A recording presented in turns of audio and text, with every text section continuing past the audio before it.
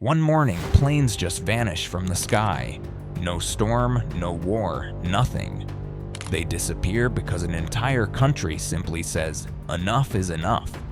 Airports fall silent. Resorts go dark.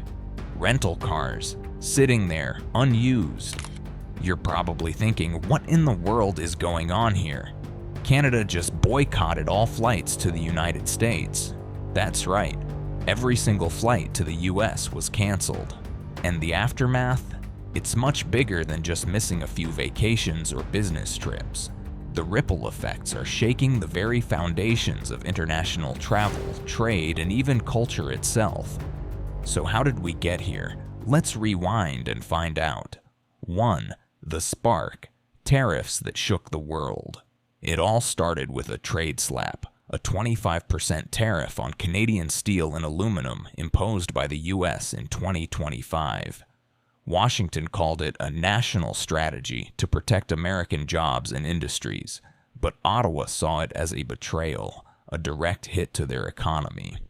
Imagine this. Your biggest trading partner, a neighbor, slaps a tariff on your exports, crippling industries that your country depends on. The response? You'd fight back, right? That's exactly what Canada did. In retaliation, Canada unleashed an economic countermeasure of their own. Flights to the US were suspended, and that was just the beginning of a nationwide protest. But this wasn't just a fight over metal. This was a political earthquake that would echo across the continent. 2. A national uprising. The backlash was swift and fierce. It didn't just stop with trade talks, it reached every corner of Canadian society. Public opinion soared in favor of reducing dependence on the United States. Over 90% of Canadians stood behind the decision to scale back ties with their southern neighbor. That's not just a protest, it's a movement. The boycott was no longer just about tariffs. It became about national pride, self-determination, and rethinking a relationship that was now under siege. By February 2025, the major carriers like Air Canada and WestJet were forced to slash flights to the US by the hundreds. And when you start looking at the numbers, the effects are mind-blowing. It wasn't just about planes in the sky. This was a shockwave that would reverberate across every part of Canadian life. 3. The collapse, a nation in shock. Fast forward to March, and flights between the two countries had dropped by over 70%. Imagine that. For decades, the US and Canada had been practically inseparable when it came to travel.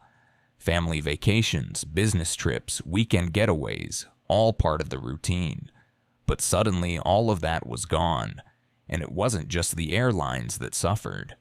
Travel agencies, which had thrived on bookings to popular U.S. destinations like Disney World and Las Vegas, found themselves in a state of utter chaos. Some agencies reported a 40% drop in bookings overnight. In cities along the border, the familiar sounds of vacationers were replaced by eerie silence. Cities like Buffalo, New York, known for Canadian shoppers, saw empty parking lots at shopping malls. Even smaller towns like Windsor and Sarnia felt the sting.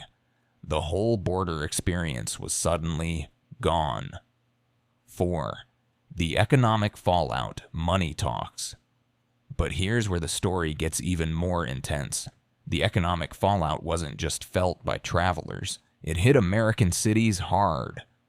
Florida, the Sunshine Capital, which usually sees millions of Canadian tourists each year, suddenly saw their busiest season become a ghost town. Las Vegas, the entertainment capital, which relied heavily on Canadian tourists for everything from bachelor parties to family vacations, was now asking one terrifying question: where did everyone go? The drop in Canadian visitors wasn't just a small dip, it was catastrophic. In Florida alone, over 3 million Canadians visited in 2024, spending billions of dollars. But by spring 2025, bookings dropped by 60%. Hotels, golf courses, restaurants, and even theme parks that were once packed now faced massive financial losses. And that's not even the worst part. 5. The ripple effect, more than just tourism. Now think beyond tourism. Imagine the real estate market in Florida, a haven for Canadian snowbirds, retirees who own vacation homes and properties in the U.S. Thousands of homes flooded the market.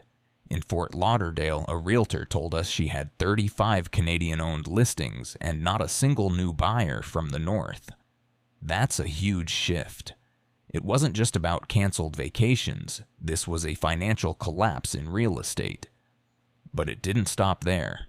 Small towns across the U.S. that catered to Canadian retirees, like those in Arizona, faced the same issue. Local economies that once relied on Canadian dollars, whether it was for groceries, local services, or even golf fees, now saw those dollars vanish. It was an economic drain, a slow bleed that reached across states and industries. Still with me? Trust me, what happens next will completely change the way you think about cross-border relations. This isn't just about flights and tariffs anymore. It's about a cultural shift that's rocking the foundations of trade between two nations. Hit that subscribe button. Let's dive deeper. 6. Political fallout, a historic standoff. So what happens when this becomes more than just a protest? When it turns into a full-blown diplomatic standoff? The story doesn't end with planes grounded. Behind closed doors, the US and Canada began a very public war of words. It was no longer about economic policy. It was about trust, respect, and a relationship that had been strained for years. Remember those tariffs? They weren't the beginning of the conflict. Over the past decade, the US and Canada had clashed over everything from trade agreements to environmental policies. But it wasn't until January 2025 that things really broke. Washington imposed tariffs on Canadian technology, agriculture, and clean energy exports, and Ottawa's patience ran out. The boycott, initiated in February 2025, was the breaking point. A motion was passed in Parliament to suspend all non-essential flights to the U.S. The response from Washington was immediate and furious. U.S. senators and government officials fired back with threats of retaliation, including more tariffs and even military sanctions. 7. The cultural shift. A nation turns inward. Here's the twist no one expected.